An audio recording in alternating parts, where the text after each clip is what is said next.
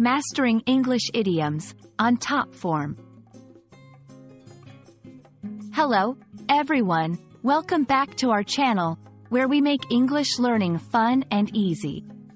Today, we're diving into a fascinating English phrase, on top form.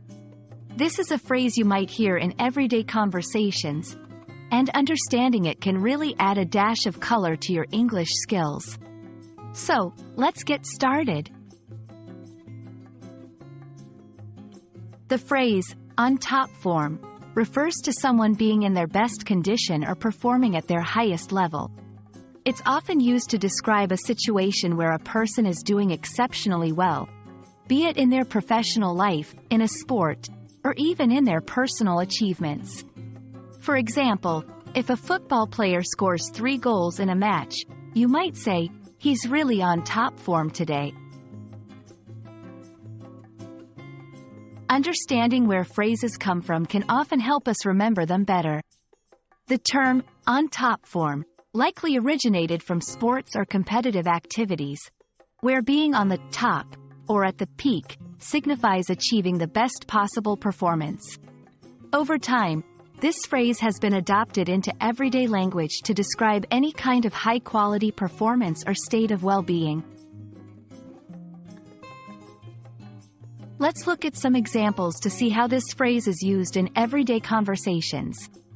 1. In the workplace, Jane delivered an amazing presentation today. She's really on top form. 2. In sports, the entire team was on top form during the championship game. 3. Personal achievements. After a good night's sleep, I'm on top form to tackle today's challenges. Remember, it's a versatile phrase, so feel free to use it in various contexts where someone is doing exceptionally well.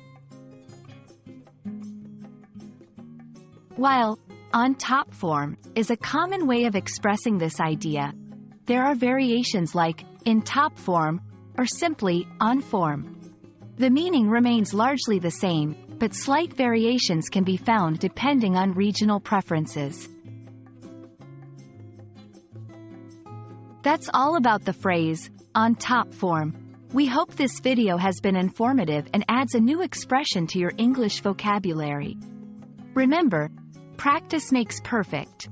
So try using on top form in your conversations. If you found this video helpful, don't forget to like, share, and subscribe for more English learning content. Happy learning, and see you in our next video.